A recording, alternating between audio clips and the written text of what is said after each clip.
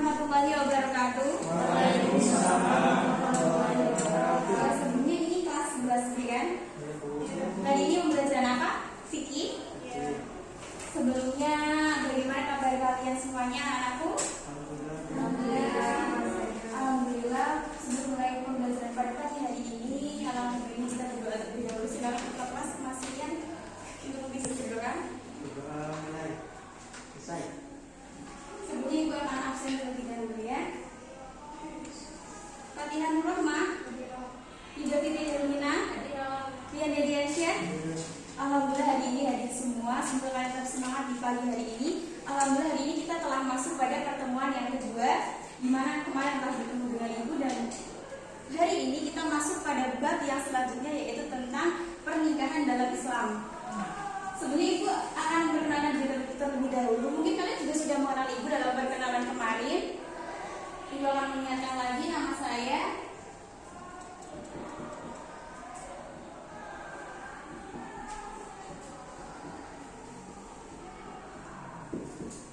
Mungkin tahu ya, jika kalian memanggil saya Buluk, itu tidak apa-apa, saya lewat apa-apa. Kemudian sebelum masuk pada pembelajaran, ibu akan menyampaikan tentang kaidah dan adik pada pembelajaran hari ini. Agar kalian itu tahu tujuan kita dalam belajar itu tentang pernikahan itu apa sih, tujuan kita dalam belajar pelajaran hari ini itu apa sih gitu. Indikator pembelajaran yang pertama yaitu menyadari bahwa pendidikan yang baik adalah yang sesuai dengan syariat Islam. Kemudian membiasakan sikap melaksanakan perintah sesuai syariat Islam, menjelaskan pengertian menikah, menjelaskan syarat rukun nikah dan tujuan pernikahan, dan menjelaskan hak dan kewajiban suami istri. Kemudian tujuan pembelajarannya adalah peserta didik mampu menyadari bahwa pernikahan yang baik adalah sesuai dengan syariat Islam. Peserta didik mampu membiasakan sikap tanggung jawab dalam menerapkan hukum Islam, dan peserta didik mampu menjelaskan pengertian menikah, menjelaskan syarat rukun nikah dan tujuan pernikahan.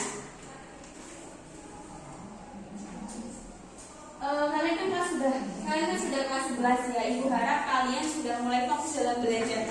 Kalian sudah meninggalkan main-mainnya, karena kan sebentar lagi kalian akan kelas 12 dan ini masih semester genap gitu kan. Jadi ibu harapkan kalian agar lebih fokus dalam belajar lagi. Selanjutnya ibu akan membacakan lingkup penilaian dalam pembelajaran fikih hari ini. Lingkup penilaiannya ada apa aja? Yang pertama yaitu daftar kehadiran peserta didik. Ibu di sini akan melihat kalian hadir atau tidak, kalian sering hadir ataupun sering bolos. Itu ibu akan perhatikan hal itu.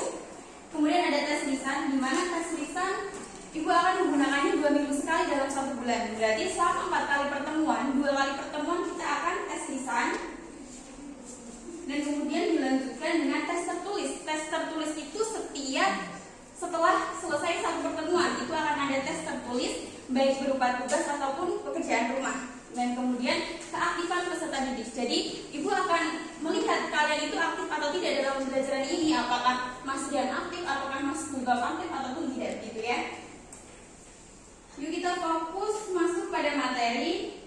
Walaupun ini mungkin tentang pernikahan dan kalian itu masih kelas 11, ibu harapkan kalian tetap fokus dalam pembelajaran kali ini. Kenapa ketawa? Pernikahan, Masya Allah, sudah ada calonnya Mas? Pernikahan dalam Islam. Kalian bisa buka buku paket halaman 192. Semua bawa buku paket tidak? Oh iya, silakan dibuka ya halaman 192 tentang pernikahan dalam Islam. Yang pertama yaitu tentang pengertian. Apa pengertian dari pernikahan, dibaca Mas Rian? Betul sekali, pernikahan artinya suatu akad yang menghalalkan pergaulan antara seorang laki-laki dan seorang perempuan yang bukan mahram hingga menimbulkan hak dan kewajiban di mana keduanya memiliki hak dan kewajiban di antara keduanya. Ibu kesulitan ya. Oke lanjut.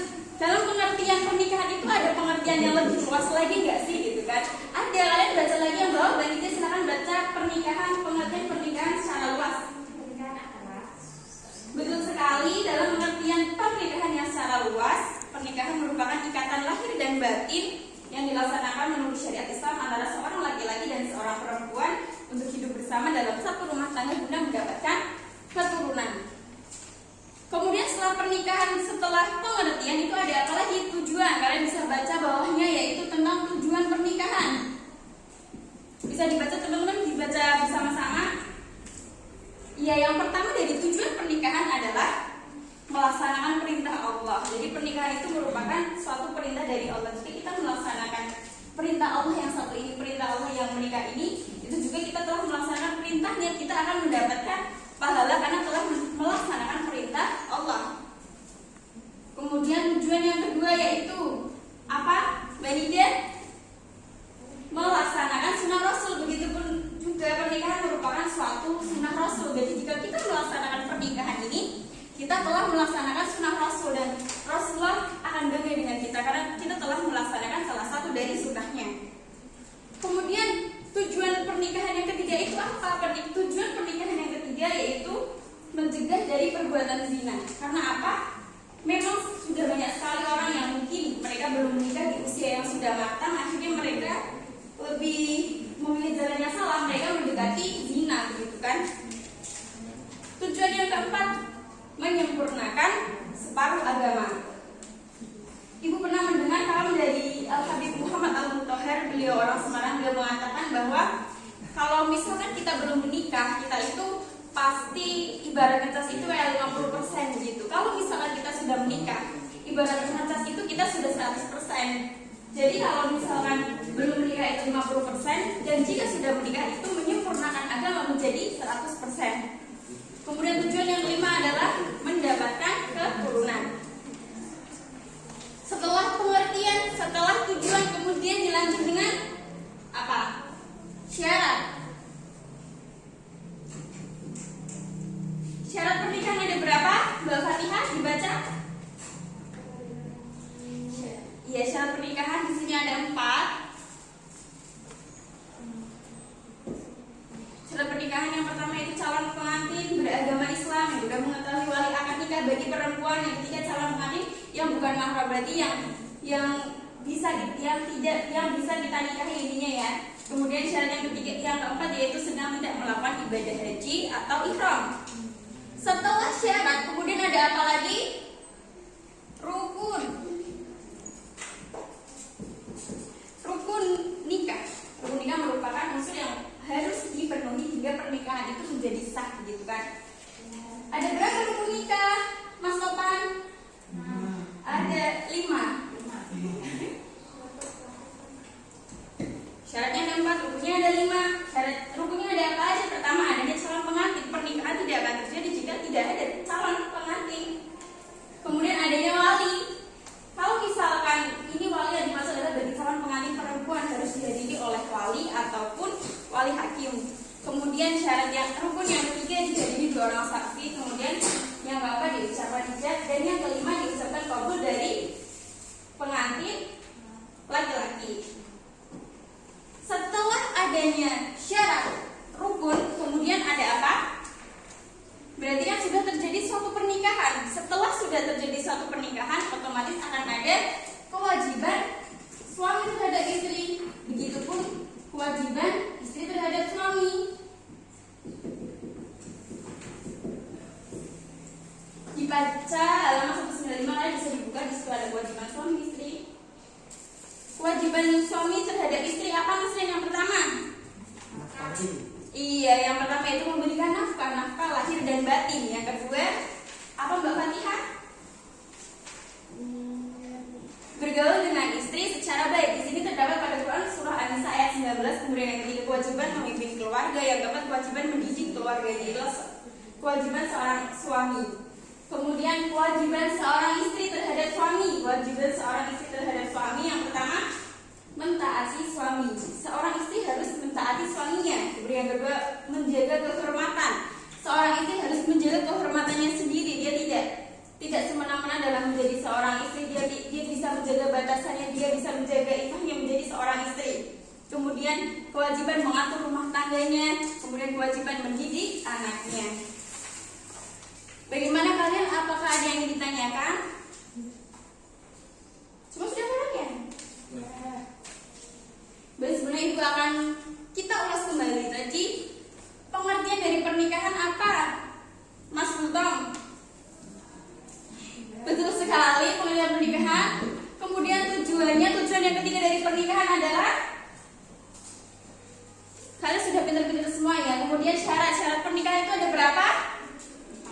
Ada 4. Kemudian rukunnya ada 5. Adanya ijab kabul merupakan dari rukun.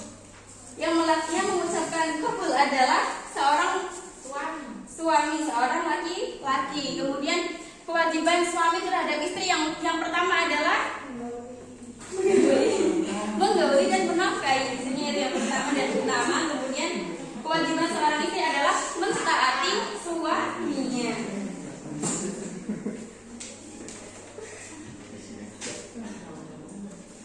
Kemudian mesti kalian bertanya-tanya sih, kok kelas 11 kok materinya pernikahan gitu, kok kelas 11 kok sudah diajari tentang pernikahan, itu manfaatnya itu apa sih gitu. Kalau kita mempelajari suatu ilmu itu termasuknya itu adalah kita mendapatkan bekal gitu. Jika kita mendapatkan bekal, apakah kita akan tersesat untuk kedepannya? Otomatis tidak kan. Jika kita sudah mendapatkan bekal, diharapkan kalian agar bisa menjadi diri yang lebih baik lagi dan lebih selektif dalam menuju ke pernikahan yang akan datang. Mungkin di halaman 197 itu ada soal latihan ya, yang paling bawah kalian bisa kerjakan.